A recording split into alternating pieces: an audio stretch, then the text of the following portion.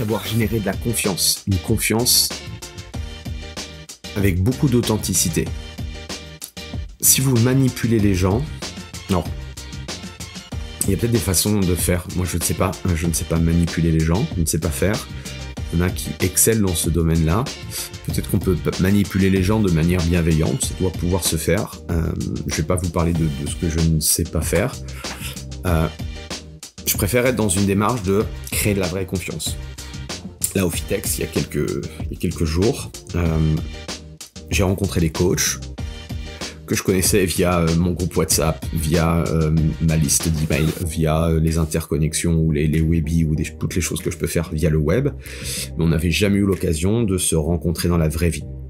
Rencontrer des gens dans la vraie vie, ça permet de connecter, d'accord ? Ça permet, et il y a plusieurs coachs qui m'ont dit, ça permet de, à la fois de mettre un visage et surtout d'avoir plus confiance, bizarrement. Même si j'essaye à travers le contenu que vous ayez confiance en moi, on ne sait jamais en fait réellement sur le web, comme c'est assez bizarre, mais comme on se voit pas, eh bien on a des difficultés à avoir confiance, alors qu'on aura beaucoup plus de confiance si on voit la personne en face à face. Bonjour et bienvenue dans le business du fitness, le podcast pour tous les professionnels du fitness. On parle entrepreneuriat, marketing, vente, productivité, mindset, bref, toutes les facettes qui vous permettent d'être un meilleur entrepreneur au quotidien. Je m'appelle Andy Poiron, entrepreneur et véritable homme de terrain depuis plus de 20 ans. J'ai touché à plusieurs domaines dans le fitness, instructeur fitness, commercial, manager de club, personal trainer. Et aujourd'hui, depuis plus de 10 ans, je suis propriétaire de un centre de coaching et d'une box CrossFit. Vous avez été nombreux à apprécier mon nouveau format Into My Brain où je partage soit mes pensées de la semaine ou soit je réponds à l'une de vos questions. J'ai donc décidé d'en faire une rubrique à part entière dans ce podcast. Pour m'aider à promouvoir le podcast, pensez à le partager à vos amis entrepreneurs et mettez un avis 5 étoiles et un commentaire positif. Cela permettra de promouvoir ce podcast. Bref, je laisse place à cette nouvelle capsule et bonne écoute. Bienvenue sur le podcast Le Business du Fitness et dans cet épisode d'Into My Brain, épisode 74, on va parler de vente et je vais vous partager les 10 qualités d'un excellent coach sportif vendeur. Alors je sais qu'on a du mal à associer coach sportif et vendeur, mais pourtant ça a une utilité parce que être un bon technicien, bien sûr que c'est indispensable. Proposer la meilleure expérience possible, bien sûr que c'est indispensable. Avoir des qualités relationnelles important, avoir un savoir-être, c'est absolument nécessaire. Mais savoir se vendre, vendre ses services, est une obligation de par la responsabilité que vous êtes une entreprise. Quelle que soit la taille de votre entreprise, que vous soyez auto-entrepreneur, entreprise individuelle, que vous ayez une société, vous devez gérer, gérer un business, vous devez absolument générer du chiffre d'affaires pour que votre entreprise soit viable. Okay ?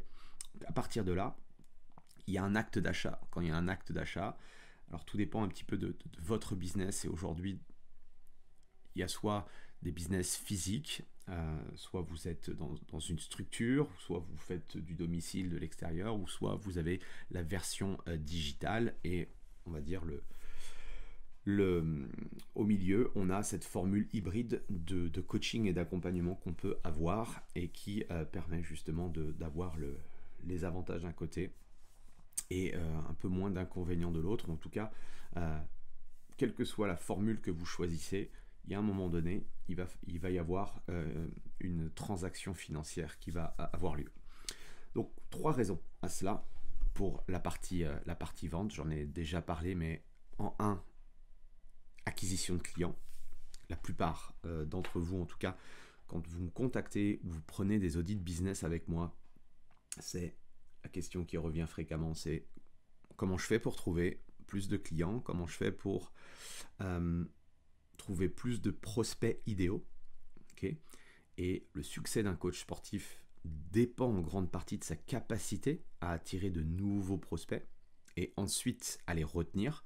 Parce que si vous avez la stratégie de beaucoup malheureusement de clubs de fitness qui se concentrent essentiellement pour faire rentrer des gens dans la machine, mais ne pas s'occuper d'eux, et donc c'est comme si vous aviez une passoire vraiment trouée, c'est qu'à chaque fois que vous faites rentrer des gens dans votre business, vous en perdez 9 sur 10. Il faut effectivement continuellement alimenter ce pool de nouveaux prospects, et ça prend tellement d'énergie, tellement de force vive que c'est vrai que dans le business du personal training, ce qui est avantageux si on fait bien les choses, c'est qu'on a beaucoup moins besoin de personnes à l'entrée, parce que si on a les bonnes offres, le bon accompagnement et qu'on sait comment faire, on peut garder nos clients longtemps. Okay, donc il y a un turnover qui est un peu moins présent. Et du coup, ça nous permet de faire moins de marketing, ça nous permet de faire moins d'entretien de vente, surtout si c'est pas votre zone de génie, ce que je peux comprendre. Eh bien, vous n'avez pas besoin d'énormément de flux, d'accord? Et même chose, je le répète, si vous voulez un business minimaliste, j'en reparlerai parce que c'est un peu mon focus en ce moment, même chose, vous n'avez pas besoin de faire des choses hyper compliquées, d'accord? Donc savoir se vendre, ça signifie présenter efficacement sa valeur, montrer sa valeur perçue par rapport aux autres, par rapport à ce que vous vendez. Ça permet aussi de présenter vos compétences qui sont uniques, et ça permet justement d'attirer de nouveaux prospects. Deuxième chose, la raison, c'est que ça permet aussi, le facteur vente, ça permet de valoriser vos services. C'est assez simple à comprendre. Aujourd'hui, il y a beaucoup d'acteurs sur le marché, il y a beaucoup de concurrence dans le coaching, et pour se démarquer, un coach sportif doit non seulement offrir des services d'excellente qualité, mais aussi savoir communiquer dessus. Savoir vendre permet au coach de mettre en avant les bénéfices uniques de son accompagnement, ce qui va inciter ses prospects à le choisir, à choisir cette offre plutôt qu'une autre. Et la dernière chose, ça va permettre d'établir la confiance. Si vous avez une vision, et souvent on a une mauvaise vision de la vente parce qu'on pense souvent à vente, marchand de tapis, et vendre des choses qui n'ont pas forcément d'intérêt, donc un peu une vente piège. Moi je suis plus dans ce fonctionnement de me dire que la vente doit être pratiquée de façon intègre. Si je vois qu'une personne peut être intéressée par mon programme d'accompagnement, ou un coach par exemple sur différents programmes, je vais lui proposer si je vois que ça va lui servir. Par contre, si je vois que ça ne va pas lui servir, ou par rapport au programme d'accompagnement, c'est pas ce qu'il recherche, je vais préférer du coup le diriger vers un de mes confrères, une autre personne qui fait de la formation, de l'accompagnement, qui correspondra peut-être plus à ce qu'il recherche lui, d'accord? Donc moi j'ai besoin d'établir une relation de confiance. J'utilise beaucoup le podcast parce que c'est un de mes outils de communication auprès de vous, les coachs, les personal trainers. Ça me permet de faire un premier filtre. Ça me permet aussi de comprendre les besoins, les désirs. Après, forcément, cette compréhension de ce que veut la personne, en l'occurrence vous, vous allez le faire sans doute sur des rendez-vous en physique ou des rendez-vous online. Et une fois que vous savez les besoins de la personne, vous allez pouvoir lui proposer une solution ou pas. Tout dépend si vous avez la bonne solution pour cette personne-là. Okay. Donc, acquisition de clients, valorisation de vos services, et permet d'établir une meilleure confiance. Donc, voilà les 3 raisons qui, selon moi, sont importantes à prendre en compte par rapport à ce facteur vente qu'un coach sportif devrait justement avoir. Aiguiser ses compétences sur la vente, c'est plutôt pas mal. Alors moi, sur mon parcours, je n'étais pas amené à faire de la vente. Moi, mon cursus, à la base, il est essentiellement sportif. Même mes formations du début, je suis passé du bac S à directement à brevet d'état premier degré et brevet d'état métier de la forme. Donc très peu de cursus vente. J'ai pas fait de petits jobs aussi liés à la vente. C'était plutôt quelque chose, j'ai beaucoup de blocage psychologique lié à l'argent, lié à la vente, lié à demander quelque chose aux autres. Donc, il a fallu que je me forme. Quand j'ai compris l'intérêt, la nécessité pour moi, si je voulais justement développer du chiffre d'affaires, augmenter mes revenus, il a fallu que la vente soit l'un de mes focus prioritaires. Alors j'ai commencé à vendre des abonnements de fitness, donc c'est là où j'ai eu l'occasion de pouvoir faire énormément de formations, pas forcément tous liés au personal training, mais au fitness de manière générale. J'ai compris les rudiments de la vente, j'ai compris le côté psychologique, les relations humaines, le fait de les signaux aussi, les signaux à voir en fonction des gens. Bref, tout un tas de facteurs qui font que quand tu t'intéresses à un sujet, plus tu creuses, eh bien, plus tu as envie d'en savoir plus, quoi. Et je pense que voilà, la vente, c'est aussi un domaine où il y a tellement de choses à apprendre. Je voulais te partager 10 qualités qui, selon moi, sont importantes pour un personal trainer. Après, il y en a sûrement d'autres, mais on pourra justement en discuter dans un prochain épisode ou directement à travers mes différents programmes. Donc, première qualité, montrer des preuves plutôt que d'affirmer des choses. Okay ? Montrer des preuves plutôt que d'affirmer des choses.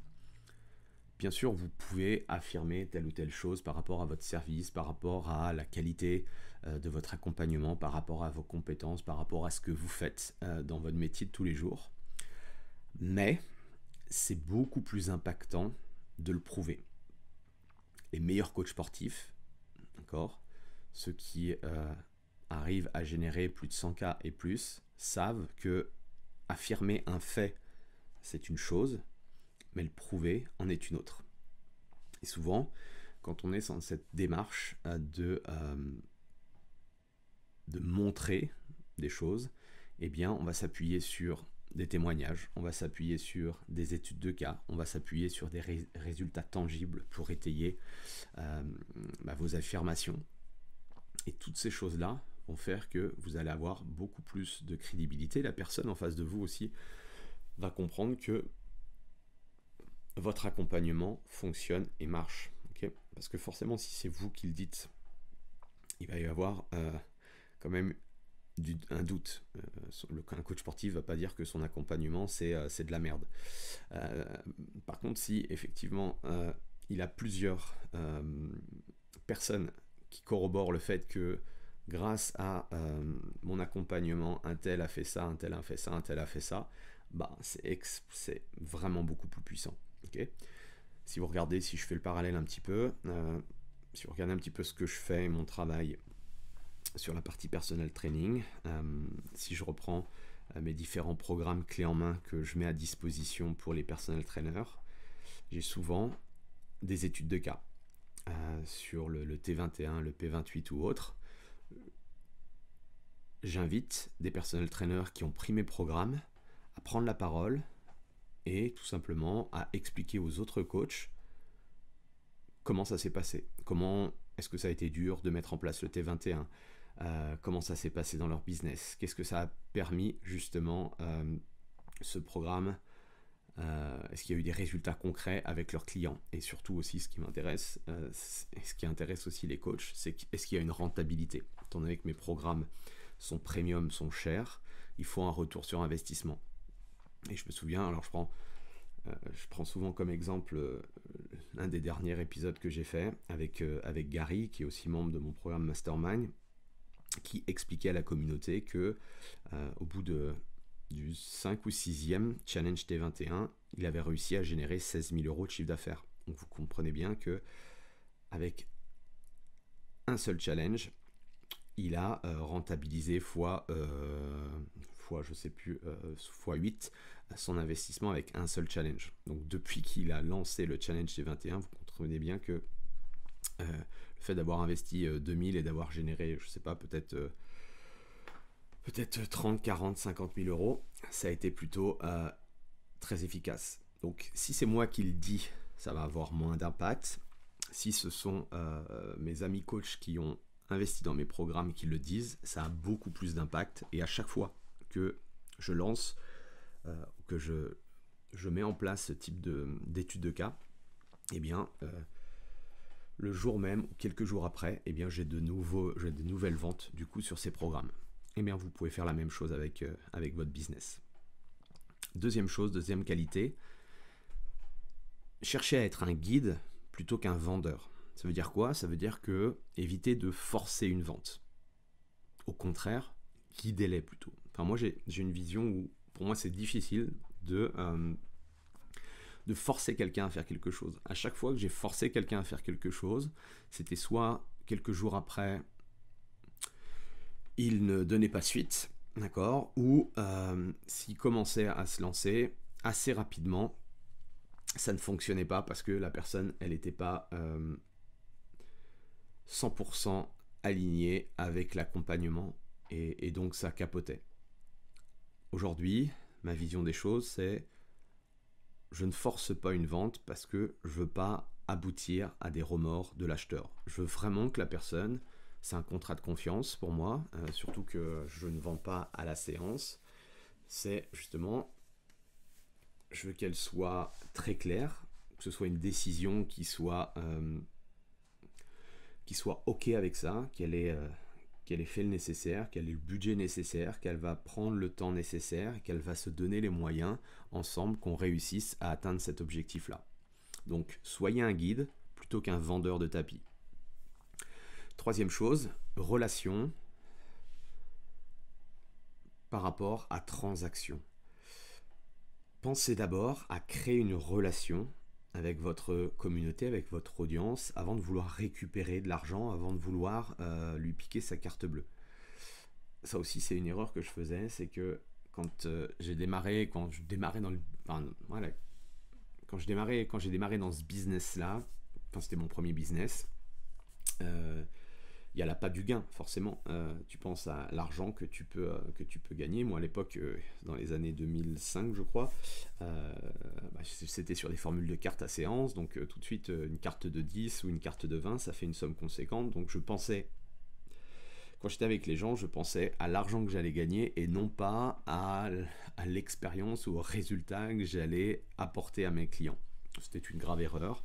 Bon, je mets ça sur le compte de la jeunesse et surtout de l'incompétence.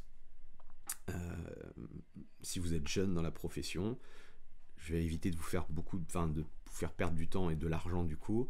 Essayez de raisonner comme ça. Vous allez gagner énormément de temps et vous verrez que ce sera beaucoup plus profitable. D'accord? Donc travaillez la relation. Rappelez-vous la stratégie du low light trust.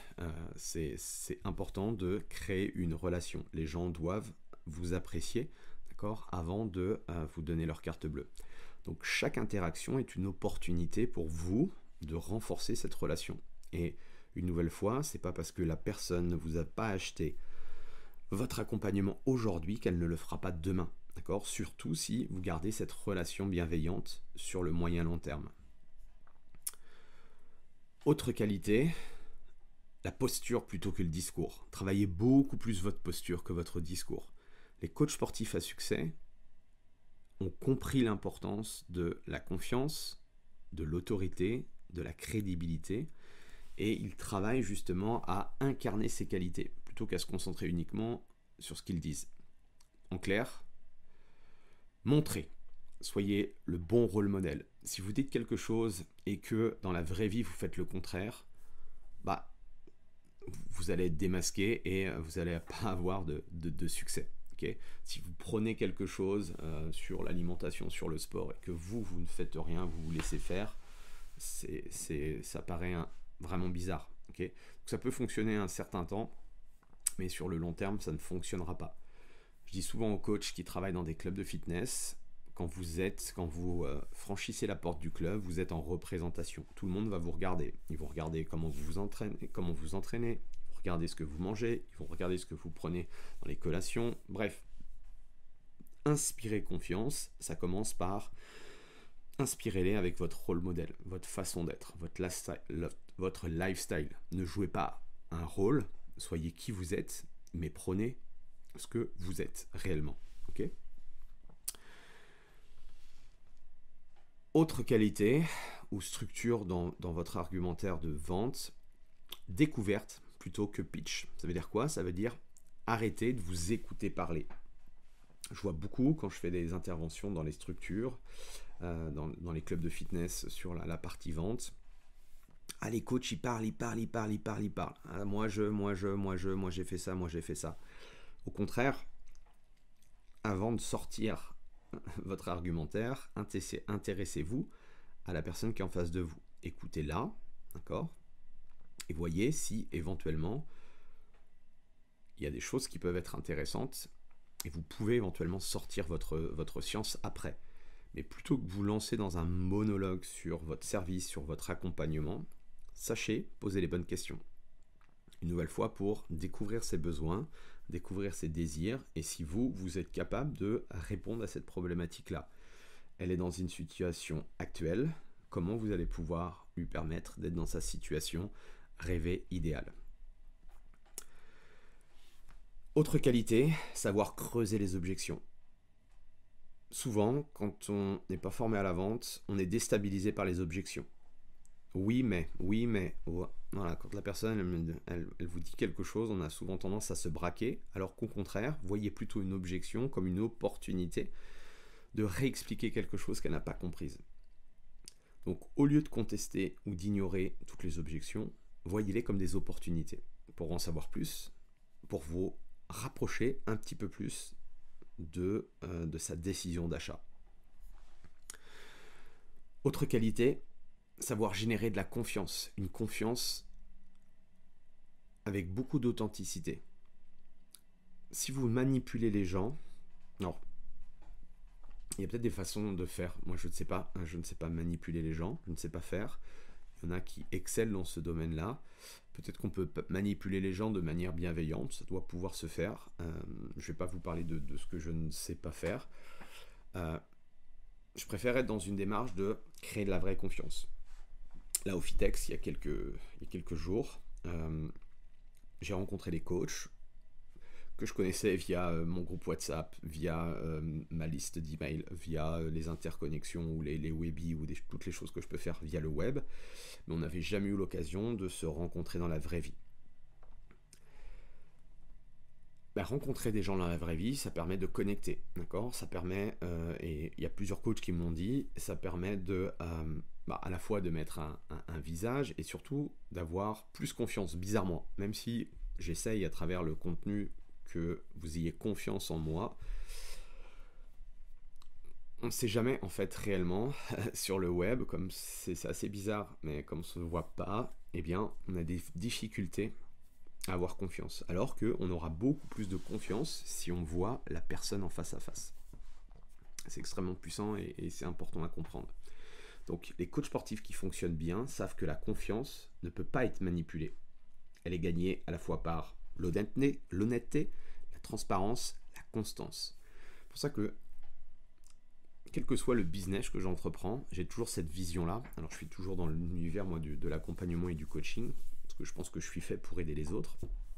Mais ce que je dis aux coachs, ou si c'est ce que je dis aux personnes qui travaillent avec moi sur la partie coaching sportif, nutritionnel ou autre, c'est que si moi je fais du mauvais travail, ça va se savoir à moyen terme. Et donc, je ne vais pas avoir de business. Donc, j'ai plutôt intérêt justement à avoir une posture différente, à me dire, je vais être très transparent avec vous, voilà ce que je suis capable de faire, voilà ce que je suis capable de t'apporter. Toutes les personnes n'ont pas des résultats extraordinaires dans le sens où il y a plusieurs facteurs. Même chose, comme certains personal trainers. J'ai des personal trainers qui fonctionnent très très bien, d'autres, il leur faut un peu plus de temps, mais je suis absolument certain que aujourd'hui, ma méthodologie et tout le contenu que j'ai emmagasiné depuis toutes ces années, je suis absolument persuadé que je suis capable d'amener une personne à atteindre les 100 000 euros de chiffre d'affaires. Il y en a, ça prendra 7 mois, 8 mois, il y en a d'autres, ça sera 1 an, il y en a d'autres, ce sera un petit peu plus long, mais je suis absolument persuadé d'y arriver. Après, c'est cette faculté à ce que le coach ait confiance en moi. Et ça, c'est un travail de longue haleine. C'est les épisodes que je fais régulièrement. Plus un coach va écouter mes épisodes de podcast, plus j'ai de chance et de pourcentage de chance que cette personne, elle rentre dans un de mes programmes d'accompagnement. C'est une certitude. Okay. Autre qualité, c'est savoir poser des questions. On a parlé tout à l'heure. Écoutez avant de blablater et de parler de moi. Eh bien, une faculté aussi des personnes qui savent bien vendre, c'est d'abord savoir poser les bonnes questions. Les bonnes questions vont vous permettre d'avoir des réponses, des bonnes réponses, et ce qui va vous permettre de pouvoir lui apporter la meilleure solution et de rebondir en fait sur ce que vous a dit cette personne-là. Donc plutôt que de faire des déclarations, des suppositions, eh bien guidez la conversation en posant les bonnes questions.